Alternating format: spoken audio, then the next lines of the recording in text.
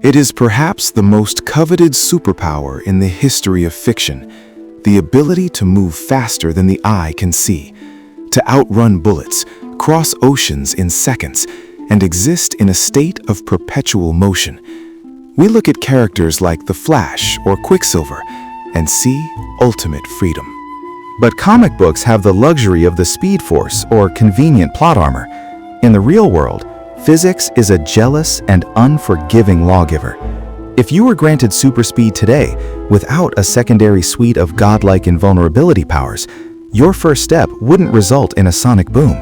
It would result in your immediate biological liquidation. Let's start with the very first moment you decide to run: acceleration. Newton's second law states that force equals mass times acceleration.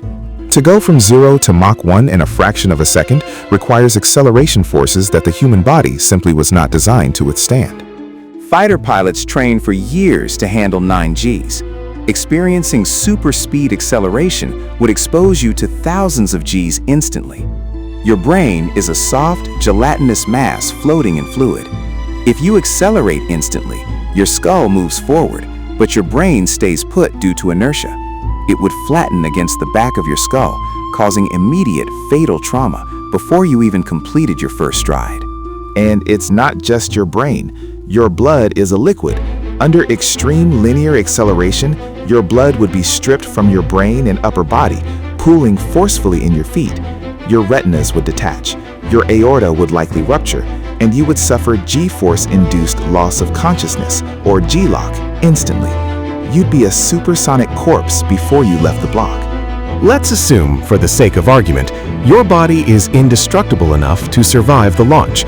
Now you have to deal with the atmosphere.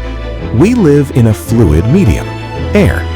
Walking through it feels like nothing, but at super speeds, air molecules can't move out of your way fast enough. They compress. This compression creates heat, intense heat. This is why spacecraft have heat shields. If you ran at Mach 5, the air friction and compression heating would generate temperatures exceeding 3,000 degrees Fahrenheit. Your casual streetwear would incinerate instantly. Shortly after, your skin would boil and peel away. But the air isn't just hot, it's hard.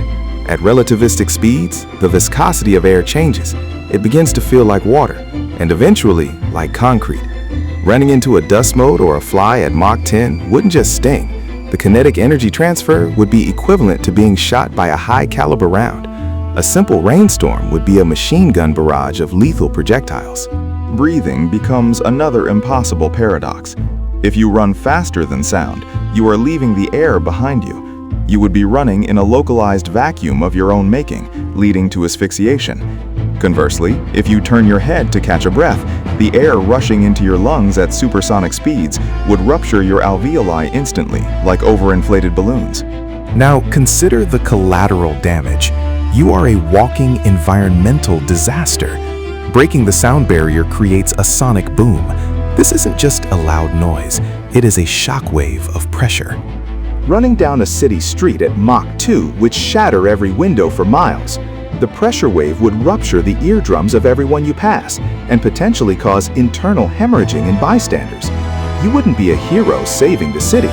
You would be a localized hurricane destroying it. Let's pivot to the psychological horror. Super speed requires super reflexes. If your body moves fast, your brain must process information fast. This implies a perception of time that is drastically dilated. Imagine living in a world where a simple conversation takes hours from your perspective. Watching a movie would take years. The boredom would be absolute torture. You would live a lifetime of thoughts in the span of a normal person's lunch break. You would be trapped in a statue world, isolated by your own neurology. Then there is the fuel. Energy cannot be created or destroyed. To generate the kinetic energy required for superspeed, your metabolic rate would need to be nuclear. A normal human burns 2,000 calories a day. A speedster might burn that in a single step. You would be in a constant state of starvation. You would need to consume high-density caloric matter constantly just to keep your heart beating. If you stopped eating, your body would cannibalize its own muscle and fat reserves in minutes. you would essentially digest yourself alive. Newton's third law. For every action, there is an equal and opposite reaction. To propel yourself forward at supersonic speeds, you have to push off the ground with immense force. You wouldn't just run, you would crater the pavement with every step.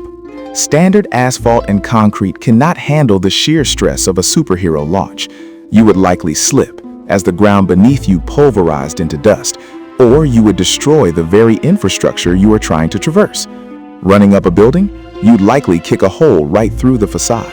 Turning is another nightmare. Inertia wants you to keep going in a straight line.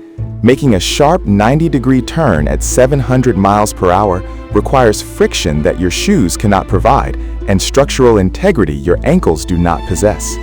Speaking of shoes, there is no material on Earth, not Kevlar, not carbon nanotubes, that could withstand the friction of supersonic running for long. You would run right out of your footwear in milliseconds, followed immediately by the flesh and bone of your feet grinding against the abrasive road surface. At sufficiently high speeds, approaching the speed of light, you encounter blue shift. The light waves coming at you get compressed into higher frequencies. Visible light becomes ultraviolet, then X-rays, then gamma rays. Running at relativistic speeds means you are actively dosing yourself with lethal radiation just by looking ahead. Finally, the stop. If you think accelerating was bad, deceleration is worse. You cannot go from Mach 10 to 0 instantly without the kinetic energy going somewhere. If you stop instantly, your internal organs keep moving at Mach 10. The kinetic energy built up in your body would be equivalent to a large bomb. Stopping abruptly wouldn't just kill you. The energy transfer would likely level the city block you stopped on. You are a biological kinetic missile. So, let's recap the gift of superspeed.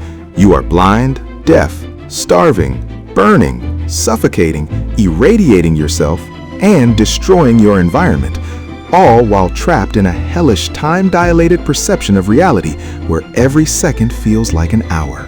Superspeed is not a power, it is a collection of impossible physics problems wrapped in a fantasy. Without the secondary powers to negate friction, inertia, and relativity, it is a death sentence. We love the idea of going fast because we want to conquer time. We want to do more, see more, and be more. But the universe has a speed limit for a reason. Perhaps it's better to take life at the speed we were designed for, slow, steady, and survivable. Because in the real world, speed doesn't just kill, it obliterates.